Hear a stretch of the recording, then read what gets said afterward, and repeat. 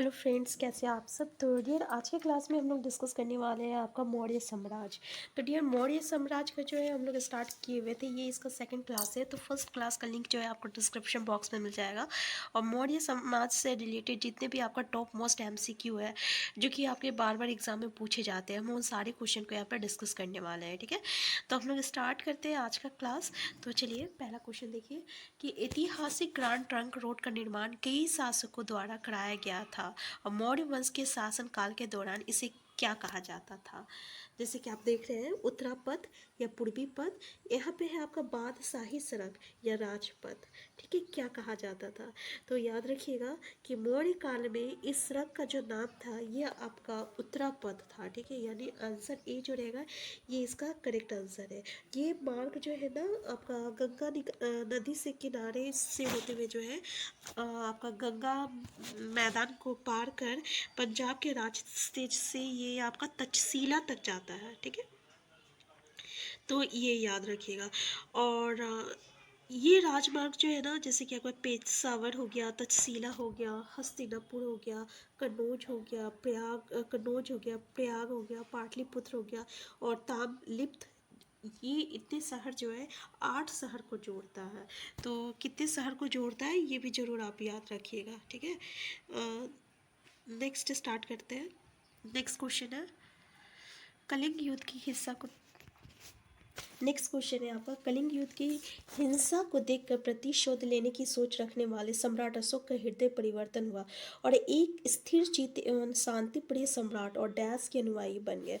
देखिए, ये कलिंग युद्ध याद रखिएगा और सम्राट अशोक से ये जब राजा अशोक बने थे ना, उसका 8 साल के बाद जो है, 8 साल बाद ये कलिंग का युद्ध लड़े थे। अब कलिंग कहाँ है ये भी पूछा जाता है।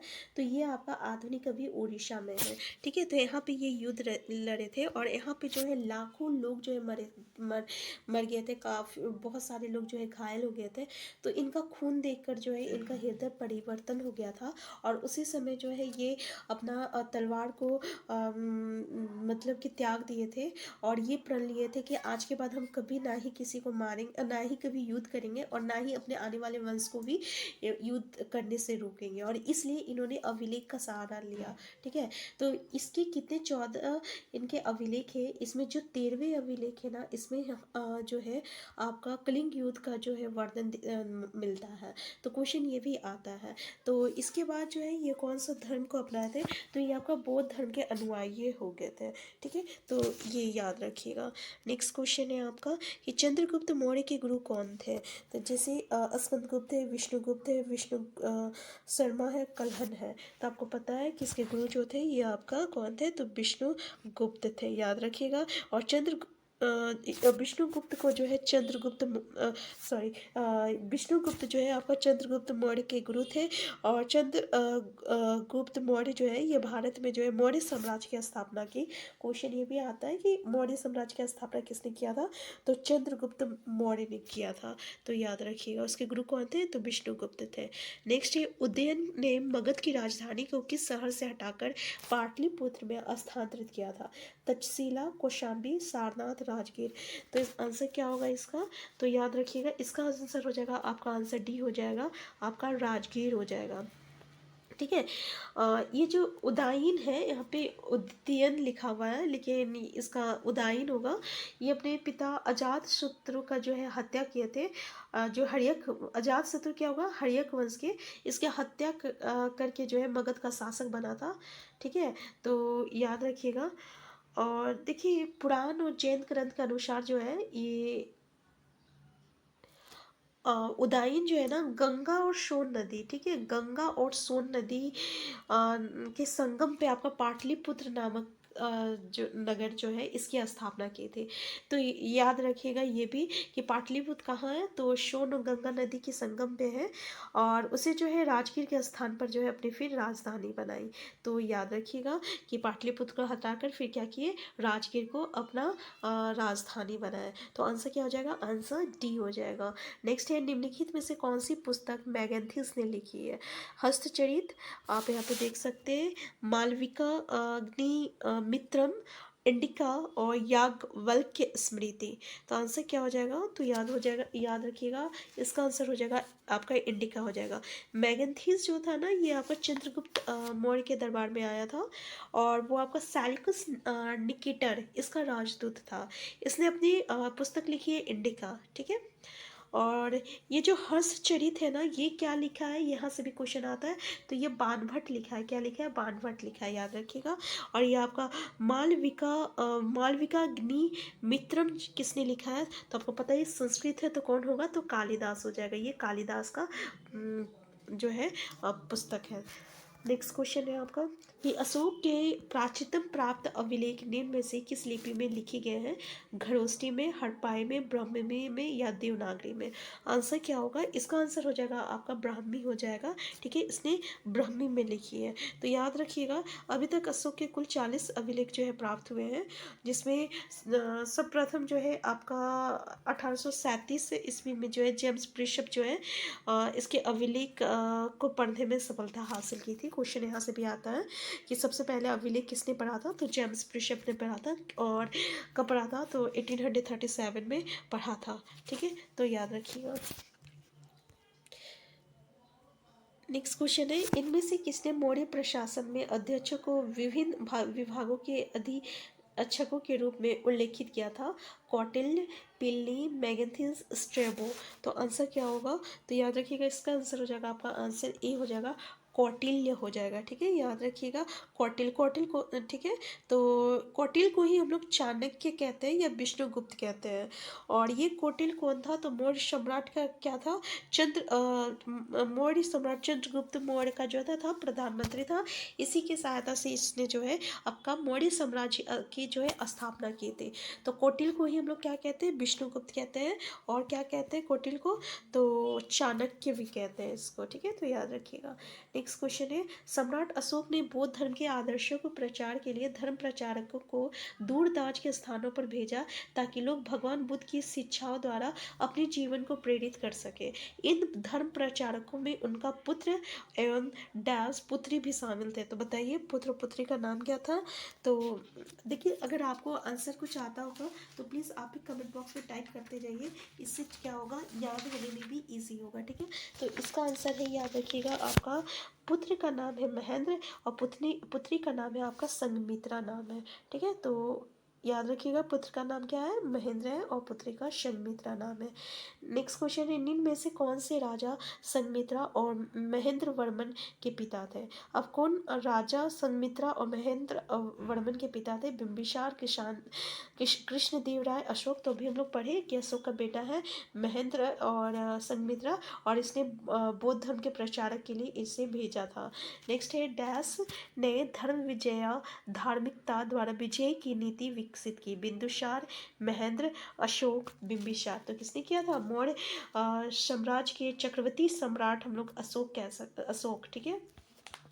नेक्स्ट क्वेश्चन है आपका, अशोक के शासनकाल की सबसे महत्वपूर्ण घटना कलिंग आधुनिक युग में डैश पर विजय थी, जो उनके जीवन का एक महत्वपूर्ण परिवर्तन सिद्ध हुआ। असम का, झारखंड का, बिहार का, उड़ीसा का। तो हम आपको बताए थे कलिंग युद्ध कहाँ हुआ था, उड़ीसा में हुआ था। तो उड़ीसा हो जाएगा आंसर डी। नेक्स्ट है आपका, अशोक ने डैश के युद्ध के बाद युद्ध बौद्ध उपदेशों को अपना लिया था। तो पता है कलिंग युद्ध के बाद जो है ये बौद्ध को अपनाया था। तो देखिए, जितने भी क्वेश्चन है ना, ये कॉम्पिटिशन में क्वेश्चन है, तो इसीलिए एक क्वेश्चन को अलग अलग तरीके से भी यहाँ पे पूछा गया है। जैसे कि रेलवे हो गया, एसएससी हो गया, ठीक है। तो ये हम लोग का टॉपिक है जो कि अभी प्रिस्क्राइब्ड है, और ऐसे भी ये टॉपिक आपको मतलब इसके बारे में जानकारी होनी चाहिए।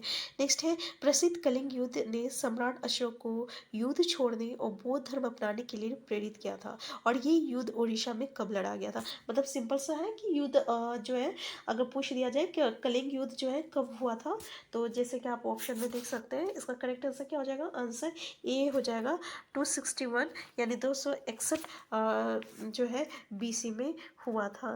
नेक्स्ट क्वेश्चन है, चंद्रगुप्त का पुत्र डैश मौर्य साम्राज्य के सिंहासन पर बैठने वाला दूसरा शासक था। अब बताइए चंद्रगुप्त का बेटा कौन था। तो चंद्रगुप्त का आंसर क्या होगा इसका, तो याद रखिएगा,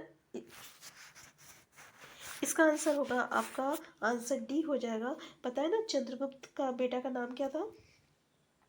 तो चंद्रगुप्त का बेटा का नाम है आपका बिंदुसार। ठीक है, क्या नाम है? बिंदुसार। और बिंदुसार का पुत्र कौन था?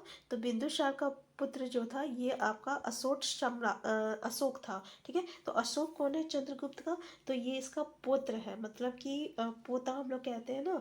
तो मतलब चंद्रगुप्त जो है वो अशोक सम्राट का क्या था? दादा थे। ठीक है, तो कभी कभी इसका रिलेशन से भी क्वेश्चन आता है, तो आप ये भी याद रखिएगा।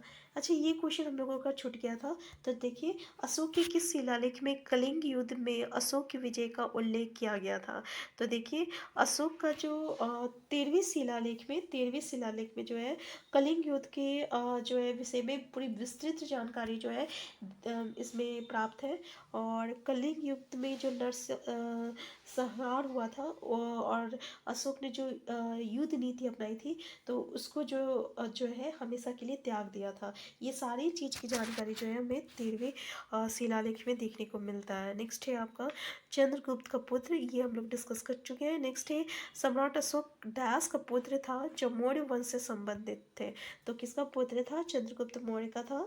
चंद्रगुप्त दुष्य सेकंड का था, या बिंदुसार या बिंबिसार? तो देखिए, बिंदुसार बिंबिसार दोनों अलग अलग है, तो याद रखिएगा ये बिंदुसार के पुत्र थे। और मौर्य साम्राज्य का संस्थापक कौन था? चंद्रगुप्त मौर्य था। और चंद्रगुप्त मौर्य का पिता किसका पिता था? तो बिंदुसार का पिता था। और बिंदुसार का बेटा कौन था? तो सम्राट अशोक था।